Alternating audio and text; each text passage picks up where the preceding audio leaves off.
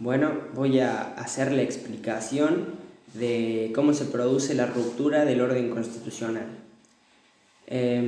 Primero que nada, hay que hablar sobre qué es el orden constitucional, y el orden constitucional está compuesto por tres poderes: el poder ejecutivo, que es donde está el presidente; el poder legislativo, que es donde se encuentran los legisladores, los diputados y los senadores; y está el poder judicial, que es donde están los jueces que se encargan de hacer el juicio justo a los reos.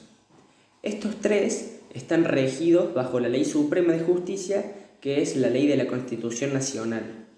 En el año 1976, bajo el mandato de Isabel Perón, como su mandato era débil, es cuando se produce la última dictadura militar, que es: las Fuerzas Armadas intervienen sobre la Casa Rosada. Cada representante de la Marina, el Ejército y Aviación, cada uno de los representantes de ellos, toman a la fuerza la Casa Rosada y empiezan a mandar sobre sus propias leyes. Lo primero que estos hicieron fue ayudar a sus amigos, que ayudaban brindándole los bienes y los recursos naturales de Argentina, que principalmente, por ejemplo, eran las empresas petrolíferas. Lo segundo que hicieron fue ponerse en contra de los guerrilleros. Los guerrilleros eran los que estaban en oposición a las Fuerzas Armadas, entonces tomaron represalias sobre esto, y en el año 1976, en esta dictadura, fue la más fuerte, la más grave, donde se llevó víctimas la mayor cantidad de todas las 6 que hubo en Argentina, con una cantidad más o menos de 30.000 desaparecidos. Entonces, de ahí, como se pusieron en contra de los guerrilleros, iban a la casa, les robaban y tomaban represalias, ya sea matándolos, y a las mujeres embarazadas lo que se hacía era: a los bebés los llevaban a un campo de concentración donde tenían los bebés, ahí se los daban a otras familias que estaban a favor de las Fuerzas Armadas, que estaban a favor de ellos, se los daban a esas familias, se les ponía un nombre, y a las madres las torturaban y las mataban. Así también como a los guerrilleros los llevaban a un campo de concentración, de aislamiento, donde los torturaban y les sacaban información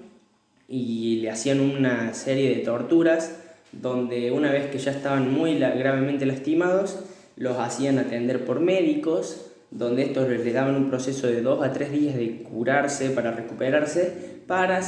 poder maltratarlos y sacarles más información. De ahí, en el año 1982, se lleva a los ingleses, toman las Malvinas, y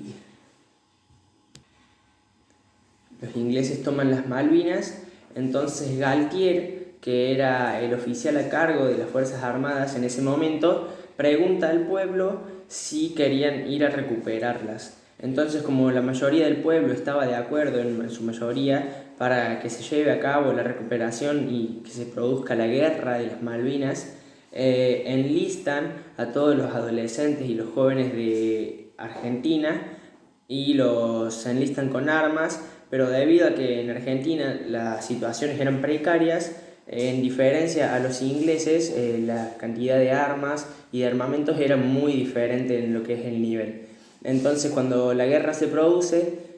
se pierde la guerra de las Malvinas, y de ahí, con la frustración de cuando los sobrevivientes, ahí hubo un montón de muertos, cuando los sobrevivientes vuelven, se lleva a cabo elecciones, se llama